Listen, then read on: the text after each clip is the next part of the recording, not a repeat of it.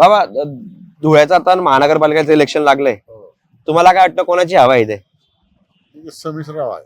अच्छा, दोघं वार्डामध्ये एका पक्षाची कोणाची जावा आहे. राष्ट्रवादी बीजेपी दोन्ही समसमान आहेत. असं हो तुम्हाला वाटतं का तुमच्या प्रभागात कामं झालेत का? हो आमच्या प्रभागामध्ये इकडे काम करणारा माणूस प्रफुल्ल पाटील होते, बिनवरून गेला होता. बिनविरोध होऊन गेले. हो अच्छा, या बाहेर केलेले काम प्रतिभा चौधरी. प्रतिभा चौधरीने कामं केलेत. ऍक्च्युली हवा जी आहे ती अशी सांगता येणार नाही, कारण ती दररोज बदलते. अच्छा, दररोज निवडणुकीत समीकरणं बदलत आहेत आणि भारतीय जनता पार्टी जी सत्ताधारी पक्ष आहे त्यांच्याबद्दल एक म्हणजे नाराजीचा सूर आता आमच्या सुशिक्षित भागातून येतोय. याचं कारण काय? त्याचं कारण असं आहे, कुठेतरी बिनविरोध निवडणुका ज्या झाल्या किंवा कुठेतरी दमदाटी होते, गुंडगिरी होते, काही माघारीसाठी प्रयत्न होत आहेत. कदाचित त्यात बीजेपीचा रोल नसेलही, पण बिनविरोधची संख्या ह्यावेळी खूप जास्त मोठ्या संख्येत आहे आणि म्हणून सुशिक्षित मतदारांमध्ये त्याबद्दल एक नाराजीचा सूर आहे. आणि भारतीय जनता पार्टीतर्फे जे आश्वासन मागच्या पंचवार्षिकला दिले होते त्यात धुळेकरांचा महत्त्वाचा मुद्दा एकच असतो, फक्त जिव्हाळ्याचा विषय एकच असतो, पाणी. आणि पाण्यासाठी आज जर आपण विचार केला, धुळे शहरात जे माजी आमदार होते आदरणीय राजवर्धनजी कदमबाटे असू देत किंवा आदरणीय अण्णासाहेब अनिल गोटे असू देत, फक्त पाणी या विषयावर दोघं आमदार झाले, तसं माझं वैयक्तिक मत आहे. तसं तर आमचा तर फारसा सहभाग नाही याच्यामध्ये, पण तरी आहे दोघांचा हे आहे, दोघांची हवा आहे. दोघांची हवा आहे. कॉम्पिटिशन आहे यावेळेला राष्ट्रवादी आणि यांची काय म्हणता बाबा? राष्ट्रवादी आणि बीजेपी दोघांमध्ये चुरस आहे. दोघांमध्ये चुरस आहे. त्यामुळे तर आमच्या 6 वार्डामध्ये कोण येण्याची सांगता येत नाही. असं. बीजेपी येते का राष्ट्रवादी आणि अपक्ष तो काय दीपक काकोस्ते आहे ना, हा हा हा. म्हणजे ते 3 आणि हे 3 त्यांच्यामध्ये कॉम्पिटिशन आहे. का तुमचे जे पूर्वीचे जे नगरसेवक होते त्यांनी चांगले कामं केलेत का? नाही का? केले थोड्याफार प्रमाणात, थोडेफार प्रमाणात केले. रस्त्यांचे केले. हवा कोणाची याच्यापेक्षा मतदारांनी मतदानाचा हक्क बजावणं हे अत्यंत महत्त्वाचं आहे. कारण अलीकडे अशी परिस्थिती निर्माण झाली की मत कोणाला द्यायला जावं हा प्रश्न निर्माण होतो. कारण मागच्या वेळेला बीजेपीला 50 जागाच्या वर जागा दिल्या, पण जी आश्वासनं त्यांनी दिली होती 5 वर्षात ती पूर्ण झालीच नाहीत. अशी काय कामं आहेत ती झाली नाहीत? म्हणजे त्यांनी म्हटलं तर 1 दिवसाआड पाणी देऊ, अजूनही 5-6 दिवसातच पाणी येतं आहे आणि वेळेवर येतच नाही, किंवा तरी त्यांच्या इच्छेनुसार पाणी सोडलं जातं, किंवा बाया बिचारा पाणी भरतात रात्री अपरात्री केव्हाही. तर एक नियोजन ज्याला म्हणतो ना, नियोजनाचा अभाव प्रत्येक पक्षामध्ये दिसतोय. प्रचाराचंही नियोजन शून्य, कामाचं नियोजन शून्य, त्याच्यामुळे कोणाला मत द्यावं हाच प्रश्न पडतो. काय म्हणता धुळ्याचं वातावरण तुम्हाला काय वाटतं कसं आहे? धुळ्याचं वातावरण तर चांगलं आहे, पण आमचं 5 नंबर प्रभाग क्रमांक आहे, हा. त्याच्यामध्ये 3 पंचवार्षिक पासून तेच मेंबर निवडून येतात आणि तेच काही जे आहे 3 वर्षापासून 15 वर्षापासून आहे तीच परिस्थिती आहे, त्याच्यात काही फेरबदल नाही. आता नेहरू नगरचा रोड बघा तुम्ही, बरोबर. किती खराब झालेला आहे तो रोड. भाजी मार्केटचा रोड आहे तिथं, एक ठिकाणी तर 1-2 ठिकाणी इतके ऍक्सिडेंट झालेले आहेत, पण तरी तो रोड होत नाही. एक जण तर मेला तिथं, तरी रोड बनत नाही तो. अशी काही कामं आहेत का जे पेंडिंग आहे की तुमची इच्छा आहे की हे कामं पण झालं असतं तर बरं झालं असतं? काम तर बरेचसे झालेले आहेत. झालेले आहेत. बरोबर. पाणी फक्त 5 दिवसाने येतं. पाणी देत बाकी काही प्रॉब्लेम, रस्ते बिस्ते गटारी बिटारी झालेले आहेत. बरोबर. गार्डन बिल्डन काय चालूच आहे. काम बघतो मी, काम चालू आहे गार्डनचं. काम चालू आहे. बरोबर. फक्त पाण्याची समस्या आहे. पाण्याची समस्या. किती दिवसाआड पाणी येते का? 5 दिवसाने पाणी. 5 दिवसांनी येते. मग इतका पाऊस पडून 5 दिवसाने पाणी. बरोबर. पाण्याची मोठी समस्या आहे. बरोबर, पाण्याची मोठी समस्या आहे. बाकी काही बाकी काहीच नाही. बाबा तुम्हाला काय वाटतं? मला म्हणजे पूर्वीपेक्षा धुळ्याचा जो चेहरा आहे तो आता बदलून गेलेला आहे. बदलून गेलाय. म्हणजे थोडस ड्रेनेज वगैरे सुविधा झाल्यात, पण आता बघा सुविधा या एवढ्या तेवढ्या उणिवा असतात, त्या उणिवा जर कधी आता हे झाल्या तर आणखी थोडस कलाटी मिळून जाईल सगळ्या. बरोबर. काका जसं आता तुम्ही ज्येष्ठ नागरिक आहेत, हो. तुमच्यासाठी तुम्हाला काही पाहिजे का? तुमच्या प्रभागात असं काही झालं तर अजून जास्त बरं होईल, अशा काही गोष्टी आहेत का? ज्येष्ठ नागरिकांसाठी ग्रंथालय बिंथालय झालं काय वाचनालय झालं तर बरं होईल. बरं होईल. ज्यांची ते गार्डन ते बैठक व्यवस्था झाली चांगले बाकडे वगैरे तर अधिक सुविधा. अधिक सुविधा.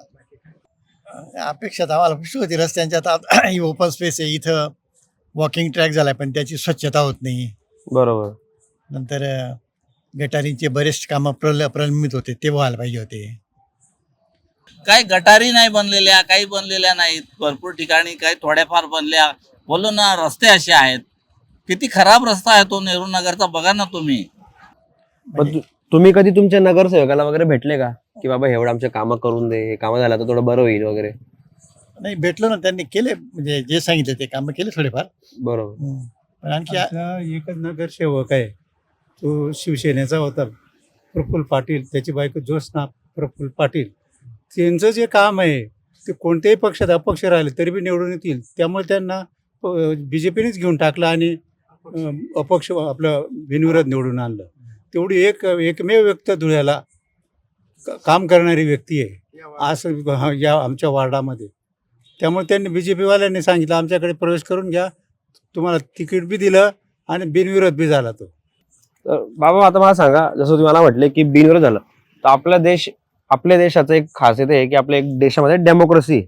तर डेमोक्रेसीमध्ये वोटिंग झालं पाहिजे का बिनविरोध झालेलं इलेक्शन? व्हायला पाहिजे. तसं ते चुकीचं आहे. आता ते काय ते माघार घ्यायला लावले का काय, ते राजकीय लोक कशाचं तसं म्हणजे मतदानाचा हक्क हा त्यांनी हे केला, डावलला गेला. मतदानाचा हक्क लोकशाहीमध्ये आवश्यक आहे ना. बिनविरोध निवडणं हे चुकीचं. म्हणजे तुम्ही आपसात दबाव आणून आणि माघार घ्यायला लावली विरोधीला. पण ती व्यक्ती उभी बी राहिली असती तरी बी निवडूनच आली असती. हे जे प्रफुल्ल पाटील जे विशेष आहे ना, ज्योत्स्ना पाटील, ती अपक्ष राहिली असती तरी बी निवडून आली असती. एवढं त्या माणसाने काम केलं या 5 वर्षामध्ये. हा पाणी जो विषय आहे तो धुळेकरांचा जिव्हाळ्याचा विषय आहे आणि एक दिवसाआड पाणी देऊ अशा प्रकारचा जाहीरनामा मागच्या पंचवार्षिकला दिला होता. काही टेक्निकल अडचणी असतील, धरण पूर्ण भरलेलं होतं, परंतु तरी देखील सत्ताधारी पक्ष एक दिवसाआड पाणी देण्यात असमर्थ ठरला. ही एक नाराजीची लाट त्या ठिकाणी आहे. बरोबर झालं. हे तुमच्या प्रभागात झालं. पूर्ण धुळे शहराचं काय वाटतं तुम्हाला? नाही, विविध भागात विविध समस्या असतात. ज्या भागात भारतीय जनता पार्टीने योग्य काम केले त्या भागातले लोक निश्चितच भारतीय जनता पार्टीच्या पाठीशी उभे राहतील. बरोबर. परंतु ज्या ठिकाणी कामं झाली नाहीत किंवा ज्या ठिकाणी समस्या उभ्याच आहेत तर त्या ठिकाणी मात्र थोडा त्रास होईल असं मला वाटतं. बघा वाटतं का की तुम्हाला ही अशी जी परिस्थिती याच्यावर तुम्हाला वाटतं की परिवर्तन होऊ कोणीतरी नाही, शकतं? परिवर्तन पाहिजे ना. कोणीतरी दुसरे आणा, लेडीज आणा, एखादा यंग माणूस पाहिजे, होतकरू पाहिजे की बा ह्या गोष्टींकडे लक्ष द्यायला पाहिजे. मग हा जो लोकांचा लाईट बल्ब आहेत तेच बारीक लाईट आहेत म्हणून रस्त्यावर लाईट नाही, बरोबर दिसत नाही, ऍक्सिडेंट होतात. मग याचा संताप कुठे ना कुठे बीजेपीवर निघेल का? काय सांगता येत नाही ना. पाहिजे ना, कोणीतरी बदल पाहिजे त्याच्यामध्ये, असं माझं म्हणणं आहे की 5 नंबर वार्ड मध्ये काहीतरी बदल पाहिजे असं तेच तेच उमेदवार नकोय. तेच उमेदवार. काय तीच परिस्थिती आहे ना, काही नवीन सुधारणा झालेली नाही ना. आणि नोटाचा अधिकार वापरायचा म्हटला तर नोटाचा अधिकार वापरून काय उपयोग होणार आहे? कारण नोटाला मतदान करणाऱ्या लोकांची संख्याच कमी असते. मुळात कुठल्या तरी पक्षाचं जातीवादीनुसार मतदान होत असतं आणि जातीवादानुसार लोक निवडून येत असतात. 2 फॅक्टर महत्वाचे असतात, एक पैसा आणि दुसरं जात. या 2 फॅक्टरने लोक आता काम वगैरे काहीच नाही आहे. नगरपालिका लेवलला कामाच हा आता लोकांचा दृष्टिकोनच बदललेला आहे. कामाकडे पाहायला तयारच नाही. साधी अपेक्षा असते लोकांची, रस्ते, पाणी आणि स्वच्छता. हे 3 गोष्टी जर झाल्या तर सगळेच बिनविरोध होतील. काम करणारा माणूस बिनविरोध झाला तर अजिबात दुःख नाही. पण काम न करणारा माणूस त्याच्या पैशाच्या ताकदीने किंवा राजकीय पाठबळामुळे बिनविरोध होतो, हे मात्र वाईट आहे.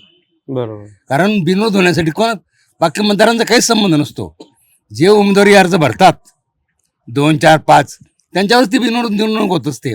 ते 4-5 लोकांवर ते सगळं इलेक्शन होत असतं. 5 पैकी 4 लोकांनी माघार घेतली झाला तो बिनविरोध. प्रश्न किती लोकांना जातो? फक्त 4च लोकांना जातात. बाकी मतदाराचा त्याचं काही बिनविरोधासाठी सुद्धा हा बिनविरोध आलेला हा योग्य आहे का नाही याच्यासाठी मतदान झालं पाहिजे.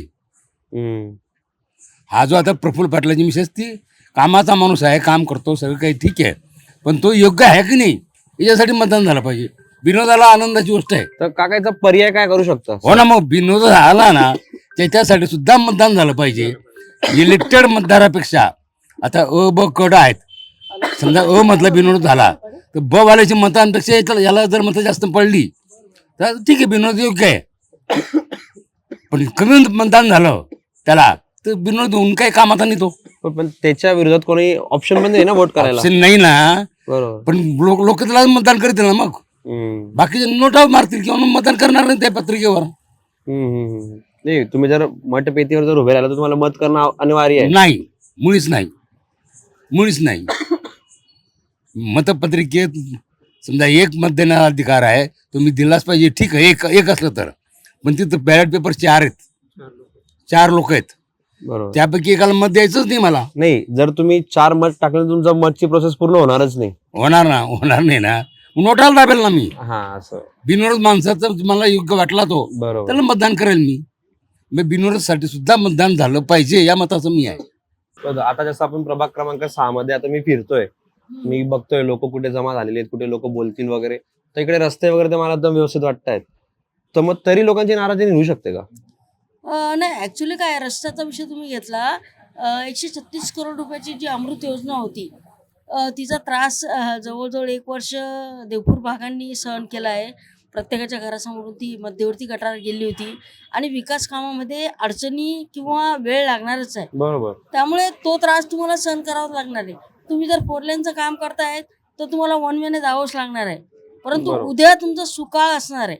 तर त्या हिशोबाने धुळेकर आणि देवपूरकर यांनी तो जो काळ होता तो व्यवस्थितरित्या सहन केला. परंतु काही ठिकाणी खूपच प्रॉब्लेम आहेत. जे 136 करोड रुपयाची जी ड्रेनेज लाईन आहे त्याला मध्यवर्ती भागावर झाकण लावलेलं आहे. ते झाकण बऱ्याच ठिकाणी फुटलेलं आहे आणि त्याच्यामुळे अपघात घडत आहेत. विकास काम केलं आहे खरं म्हणजे, पण त्यातूनही नाराजी निर्माण झाली आहे. मग आता जसं तुम्ही मला सांगतायत की इथे नाराजगी वगैरे आहे वगैरे, तर मला एक सांगा की ह्या प्रभागातली अशी कोणती समस्या आहे जी अजूनपर्यंत सॉल्व्ह झाली नाही?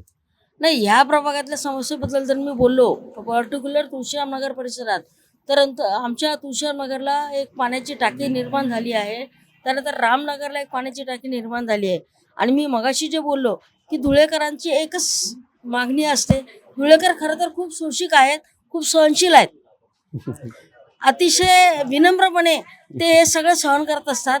रस्ते असो, खड्डे असो, पाणी असो, पण पाणीच्या ह्या 2 टाक्या कधीपासून तयार होऊन बसल्या आहेत, पण त्यात एक थेंब पाणी आजपर्यंत पडलं नाही. धुळ्यामध्ये जे झालंय ना ते सगळं पैशाच्या जोरावर बिनविरोध झालेलं आहे. अच्छा. त्यामुळे आमच्यासारखे जे आता ह्या वार्डात 21,000 मतदार आहेत, मग 21,000 मतदारांचा हक्क डावलला गेला ना मतदानाचा, ते चुकीचं आहे. म्हणजे लोकशाहीचा हा खून आहे. बरोबर. आलं का लक्षात? जे तुम्ही आमच्या मताला किंमत आहे ना, आम्हाला 5-7 वर्षात एकदा मतदानाचा हक्क मिळतो, तोही तुम्ही राहून नेतात ना. मग तुम्हाला जर विरोध करायचा नव्हता किंवा विड्रॉ करायचं होतं तर तुम्ही अर्जच करायचा नव्हता ना. कशाला अर्ज केला तुम्ही? बरोबर.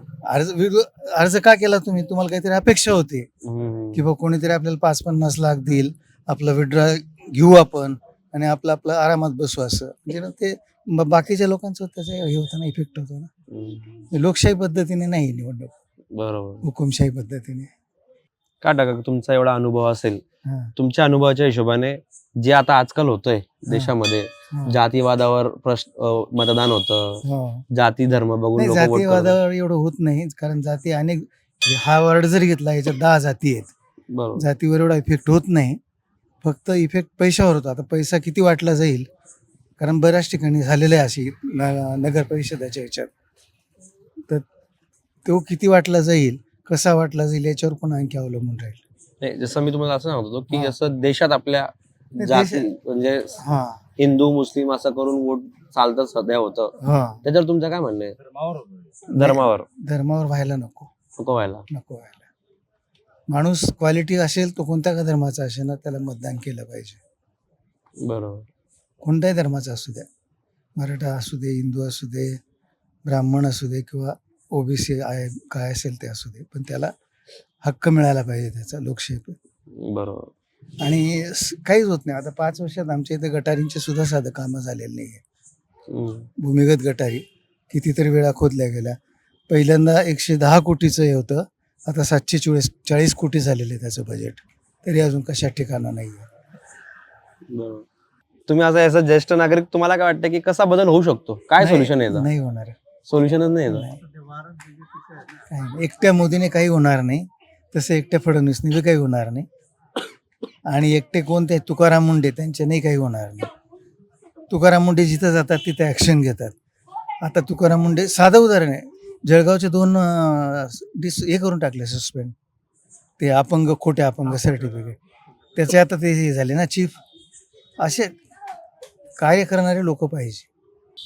काय वाटतं बाबा तुम्हाला, आता जे धर्म बघून लोक वोट करतात की हा हिंदू आहे तर मी याला करणार, तो मुस्लिम आहे, किंवा एखादी पार्टी, बरेच पार्टी आता आजकाल करायला लागले. 10 वर्षापूर्वी हिंदू मुसलमान हा वादच नव्हता. हा वाद मुसलमानांनी सुरू केला. काय झालं, विरोधी जर वाद निर्माण व्हायला लागला, ज्याच्या विरोधात असतो तो एकत्र येत जातो. मुसलमान एकत्र यायला लागले म्हणून हिंदू पण एकत्र यायला लागले. नाही तर हिंदू कोण कोणत्या जातीचा आहे काय तपासही लागत नव्हता. पण आता मात्र सगळे म्हणायला लागले मी हिंदू आहे, कारण मुसलमान एकत्र यायला लागले, त्याच्यामुळे ते यायला लागले एकत्र. आणि हे चुकीचंच आहे. देश हा सगळ्यांचाच असतो, हिंदूंचा किंवा मुसलमानांचाच असेल असं नाही आहे. प्रत्येकाने त्यासाठी त्याग केलेला आहे. अब्दुल कलाम हे मुसलमानच होते, मौलाना आझाद हे मुसलमानच होते. त्यांनी कसं काय केलं? तशी आता लोकांची टेंडन्सी जी आहे ना तीच बदलून गेलेली आहे. लोकांची प्रवृत्ती विचारसरणीच बदललेली आहे. म्हणून सगळ्या विस्कळीतपणा झालेला आहे. आणि तो विस्कळीतपणा आता इतकं फाटलेलं आहे आकाश, ते शिवणंच मुश्किल आहे. मग जेव्हा तुमचे उमेदवार जेव्हा प्रचार करतायत तर ते काय तुम्हाला यावर्षी काय आश्वासन देत आहेत?